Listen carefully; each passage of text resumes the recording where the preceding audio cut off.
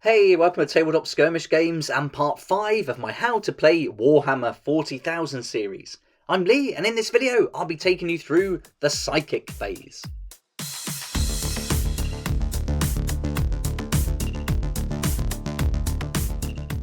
We're halfway through the series now and we've covered the key concepts, the data sheets, we've looked at the command phase and the movement phase, but now it's time to look at the Psychic phase. Some models have the Psyker keyword, and in the Psychic phase, Psykers can attempt to manifest psychic powers and deny enemy psychic powers. You start the Psychic phase by selecting one eligible Psyker unit from your army that is on the battlefield. Once selected, you can attempt to manifest one or more psychic powers with them. Once that's done, you can select another Psyker in your army to manifest its psychic powers, and once all your Psykers have manifested their psychic powers, you progress to the next phase, which is the shoot-in phase. Let's have a look at the psychic powers and how to manifest them. And all Psykers know Smite, and some will know additional psychic powers which will be described on their data sheets.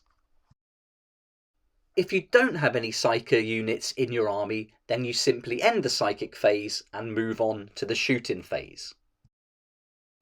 When you want to manifest a psychic power, you first select which psychic power you'd like to use. You cannot select the same psychic power more than once per battle round unless that power is Smite. You attempt to manifest the psychic power by taking a psychic test, which we'll look at in a little while. The opponent can attempt to deny the psychic power by taking a deny the witch test. If successfully manifested, resolve the psychic power's effects, and then select another psychic power. A psychic test is passed if 2d6 equals or exceeds psychic power's warp charge. If you roll a double 1 or double 6, the Psyker suffers perils of the warp. We'll take a look at perils of the warp later in this video.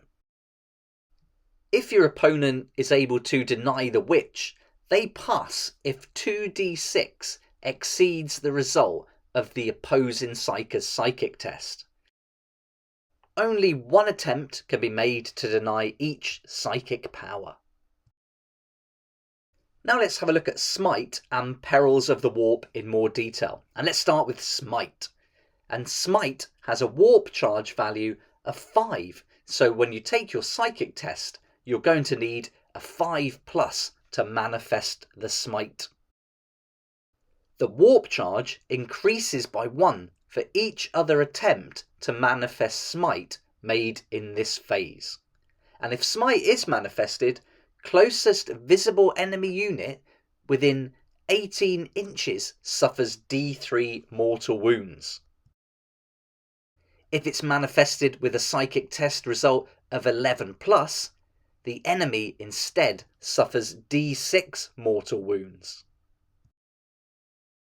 Now let's look at Perils of the Warp, and when a Psyker unit suffers Perils of the Warp, it'll suffer D3 mortal wounds. If the Psyker unit is destroyed, the psychic power fails to manifest, and if the Psyker unit is destroyed, every other unit within 6 inches suffers D3 mortal wounds. That covers all the basic rules for the Psychic phase, and it just goes to show that these data sheets are really important. The data sheets are packed with rules that you'll need for your army, and I covered all this in part 2 if you haven't seen it already. But it'd be great if you come and join me for the next part in this series, which is part 6, the shoot-in phase. I hope you enjoyed the video, and I hope it helps you get prepared for your Psychic phase of the battle. If you liked the video, please hit the like button, subscribe for more videos like this, and don't forget to hit that notification bell so you can keep up to date with all the next parts of this series. I'd like to say a huge thank you to everyone that's helped make this series possible, and so thanks to everyone who's either provided a product or sponsored this video series. I really appreciate it, and thank you so much. I'll put links in the description below to everyone who's contributed to the series, and I'd love it if you went and checked out their websites and supported their work.